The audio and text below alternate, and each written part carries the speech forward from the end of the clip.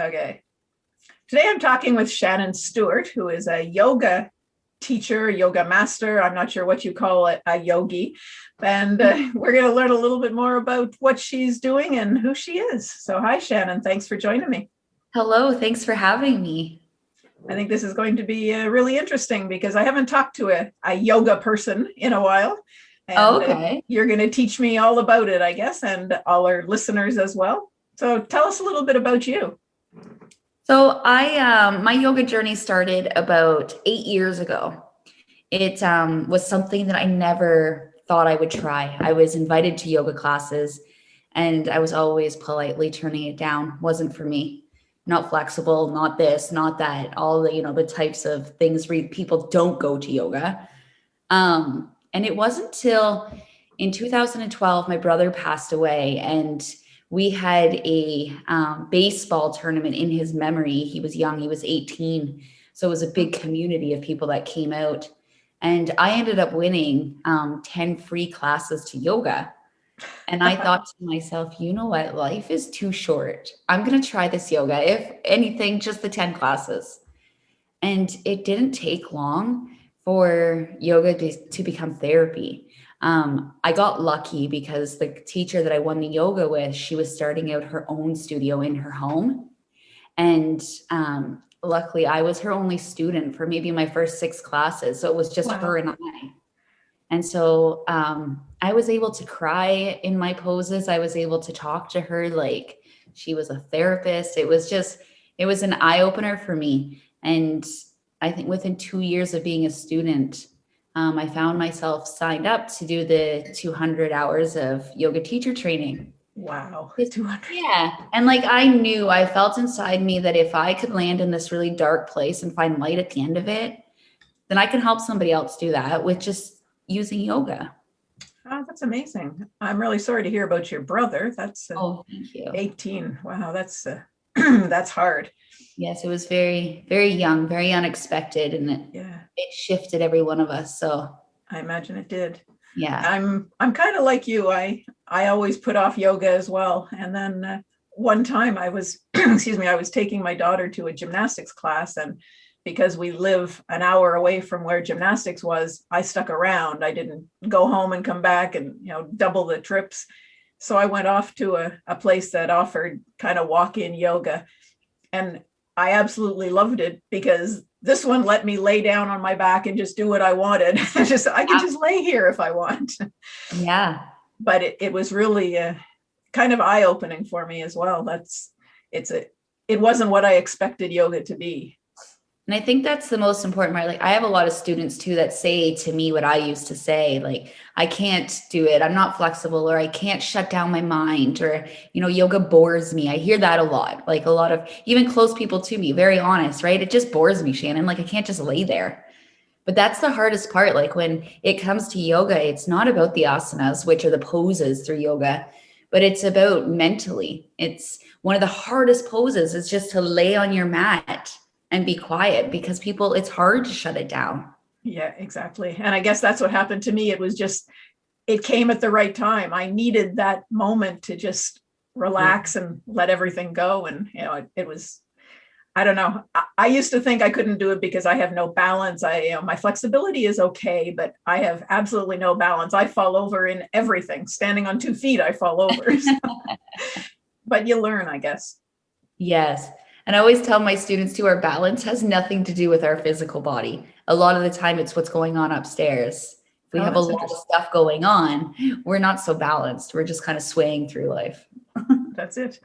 So how did you get involved with Alumnor? How do you know the founders, or do Oh, you yeah. So they had, I guess, posted on the community page on Facebook looking for yoga teachers and instructors. And I was actually tagged a couple times.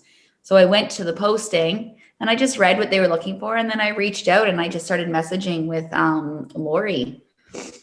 And we just got to know each other. And I thought, you know what, they were looking for somebody to do some morning videos, like 15 minutes of morning stretches and 15 minutes of nighttime stretches.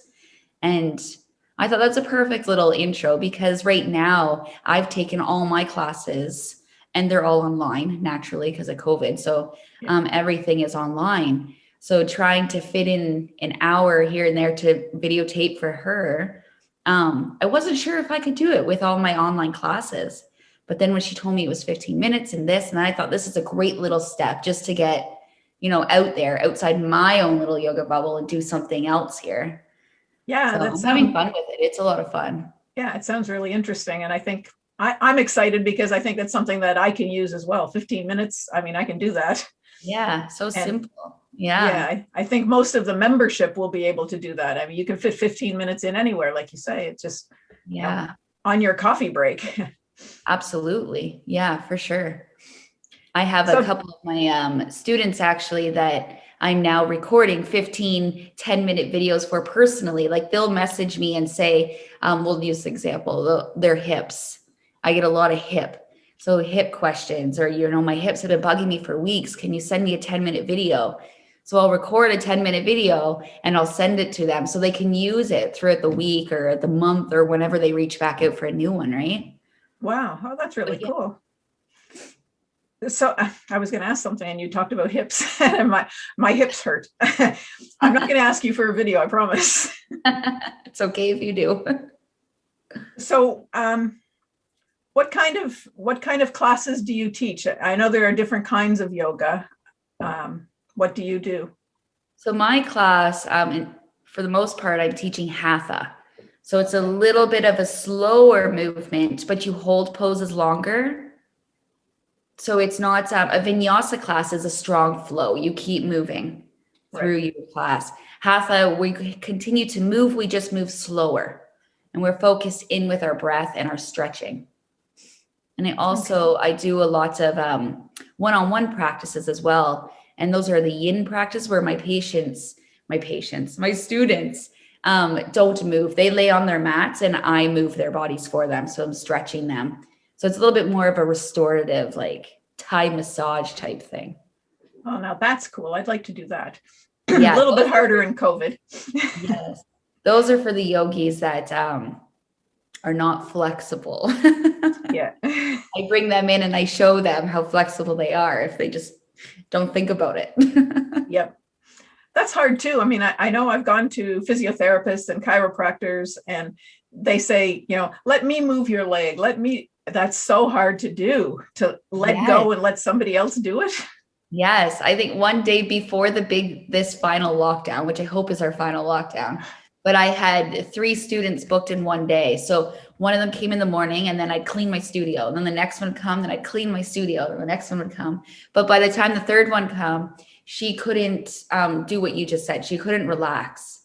She couldn't just let her body become weightless. So it took so much out of me to stretch her, and you could feel it. And those types of students need a little bit more love, a little bit more talking, a little bit more reassurance before you start moving them. Right. I mean, I try. I concentrate really hard, and maybe that's the problem, is that I'm concentrating on whatever it is, not moving that leg or relaxing that leg, and it's so hard to do. Power of that mind. Yeah. And as we were saying at the start, when your mind is all full of things, everything's out of balance and you can't let go. Yeah, it's hard. Absolutely.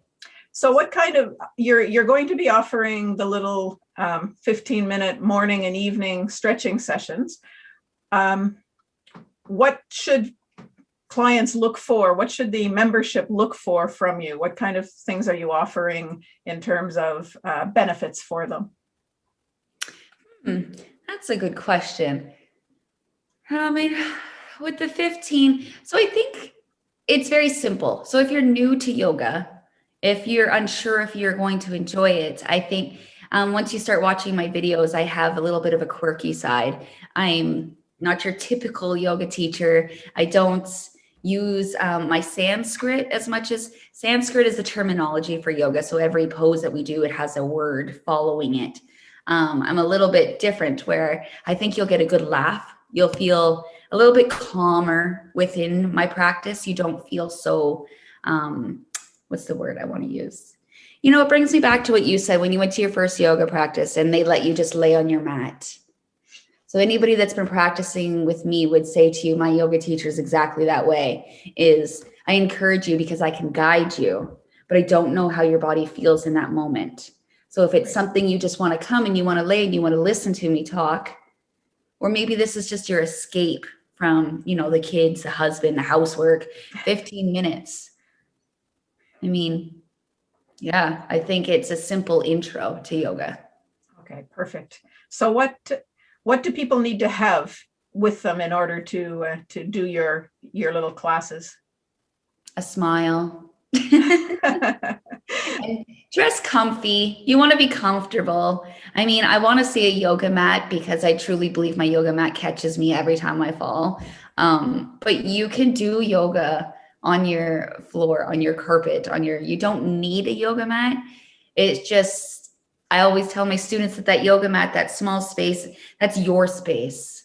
That's your space to fall. That's your space to cry. That's your space to laugh. That's yours. So if you could bring a yoga mat to my 15-minute practice, I think it will just create that little bit of you time. Okay. And you mentioned that a couple of times. It's your space to cry. And you said that you cried with your instructor at the start. Is that something that happens a lot? Yes, do you find I'm 8 years in. And if I'm like last night, I taught a class and then I went on as a student with another teacher and I found myself crying. One, because I'm tired, but two, our hips carry so many emotions. And I think once you start releasing everything that you're hanging into your hips, they just surface. And sometimes you don't know what to do with them. So you allow yourself just to be weak, and then not weak, that's the wrong word. I shouldn't say that, but raw, like real. You want to feel them. So a lot of times when I'm working on my hips, I will cry. Interesting. Yes. So because we're doing these things from our own homes now, some people are going to say they don't have enough space to do any exercising, and that's their reason for not exercising. With yoga, you need enough space potentially for your mat if you're going to have one. So is that enough space? What I've been telling people when they ask me is not about yoga, is if you've got enough space to put your arms out side to side and spin completely around, you've got enough space to exercise in. Yes. That's a perfect way of putting it. Put your arms out side to side. Yes. You don't need a whole lot of space. I mean, I've watched women practice with me online in between their dresser and their bed, which is just like a little small space, right? Yeah. And they make it work. I mean, if you're committed to yourself and you want to practice this, then you're going to make it work. Exactly. Okay, yeah. Perfect. So let's see, what else can we talk about? Do you have your own yoga practice, of course, and you're going to be offering these sessions, these little sessions. How do people find you to do yoga with you outside the membership site? They could do that as well, or they could consult with you. What sort of things would they do? They could. I mean, I've talked to Lori about this too, is it's my name. My name is out there. So, I mean, if people went on to the membership and they enjoyed my 15-minute classes, I mean, you can use my name to find me on like Facebook or Instagram, the social platform. You could use my name to find those places. Right now with COVID, there's not much more to other than online classes. I mean, there's not much more to offer right at this moment, right? Like these 15 minutes, I think in the times that we're living, these 15 minutes is just what people need. Exactly. I'm stressful. So I would, Before COVID though, I should share with you, I had lots actually going on. I partnered with a local farm, and we were doing yoga by the sheep and using all of their produce to make salad jars. Oh, that's cool. Oh my goodness. I feel like I could back up and tell you so much now, actually. Oh, I looked, I don't know if it was on Facebook or whether, because I went to your website, The Balancing Way. I saw you there, and that you're really a foodie as well. So that's something that probably the membership should know about. So can you talk about that? I can. So around the same 8 years ago when my brother passed away, this was a dark place. I found myself being extremely strong for my mom and my stepdad and my siblings.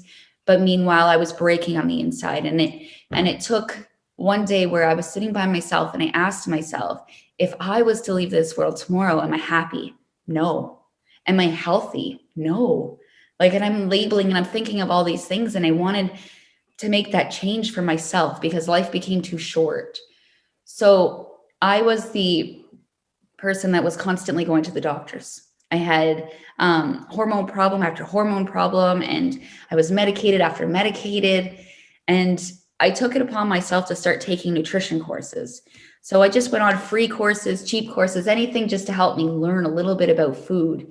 And I started attending like health talks and learning as much as I could. And then I took a nutrition course online, and I met this lady that owned her own kitchen in our small town of Sutton here.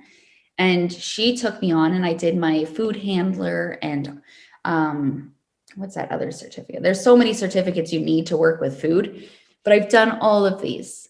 And then I started creating salad jars. And I posted a salad jar one day on my Facebook, and it was just my lunch. I had just made this salad for myself. I was transitioning into something a lot healthier version of myself. And people loved it. They kept commenting on my salad jar, asking, what's in it, what's the dressing, this, that. And it didn't take long for me to feel like, okay, I can help people do this. There was something inside me. Every time I helped myself, I was adamant that I could help other people. Right. So as soon as the salad jar was posted, I turned around and I ended up renting this kitchen in Sutton, where I started making up to about 100 to 200 jars a week and delivering them. So every Sunday, I would gather my foods, go to this kitchen and create all these jars and then go deliver them all. Wow. This became a lot.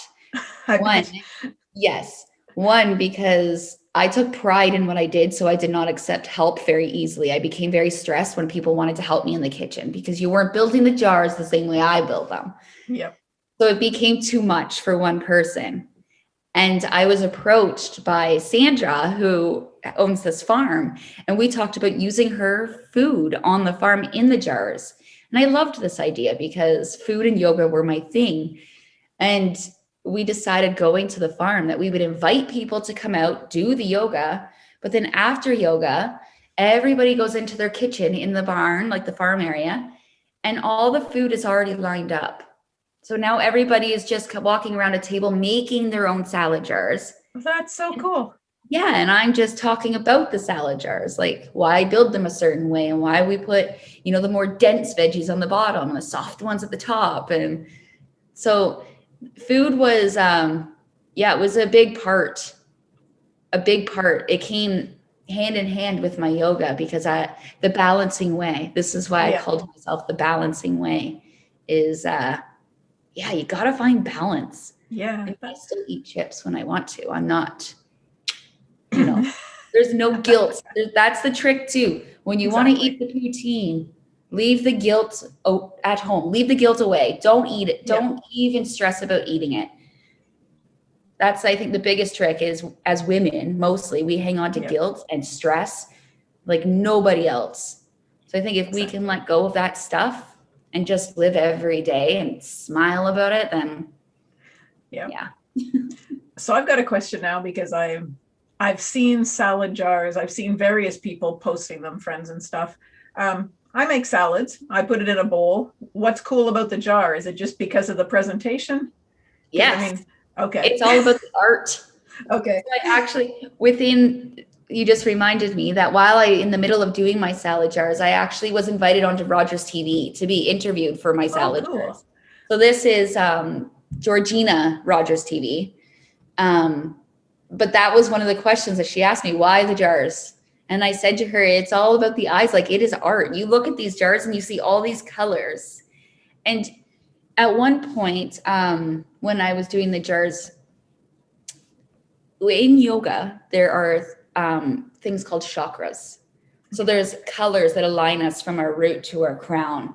Well, within my jars, I was always guided towards those chakra colors because of my yoga, naturally, that each jar would have those chakra colors. And I would find that veggie or that fruit that could line it up. And then each jar was labeled something yoga related. Like I had a noodle jar that was called Namaste Noodle. Like it just came hand in hand, right? But with your question, yes, it was definitely, it's art. Looking at it just makes it much more appealing. So that's got to be why I've never done it, because I am definitely not artistic. I put the things in the bowl. It looks pretty good until somebody digs into it. Yeah. And I don't pretend to have any kind of artistic talent at all as far as balancing colors or even picking colors to go together. Yeah, that all just naturally kind of fell into each other. I mean, at the very beginning, the jar was just a salad jar. There was not much thought behind it. It had a lid and I could carry it around with me. Yeah. But as time went on, yes, it became art for me. Absolutely. Yeah. I thought so much into these jars. Wow. Might even be stressful. I don't think, trying to plan it. It did become stressful for me. It did. Hence why we went to the farm. It was that much better because everybody was doing it themselves now. Exactly. And then COVID hit and I haven't been able to supply anybody with salad jars or teach them or. Yeah, that's too bad. Well, it's tough, but it's okay. We're going to get through this. Of course we are. Yes. And life is going to be so bright and shiny and full of color. Yeah. Yeah. Because with everybody staying inside, the air, everything outside will be so clean. Exactly. And I mean, and it's showing up now anyway, that things are cleaning up and it looks really nice because people aren't around. Yeah. Like I am so sure our lake and our air are so different this year. Yeah. Yeah. So, well, thank you very much, Shannon, for taking the time to chat a little bit about your yoga, about your food, about your salad jars. That's really cool. I think I'm looking forward to seeing your videos and taking part in the early morning yoga. Yeah, thank you so much.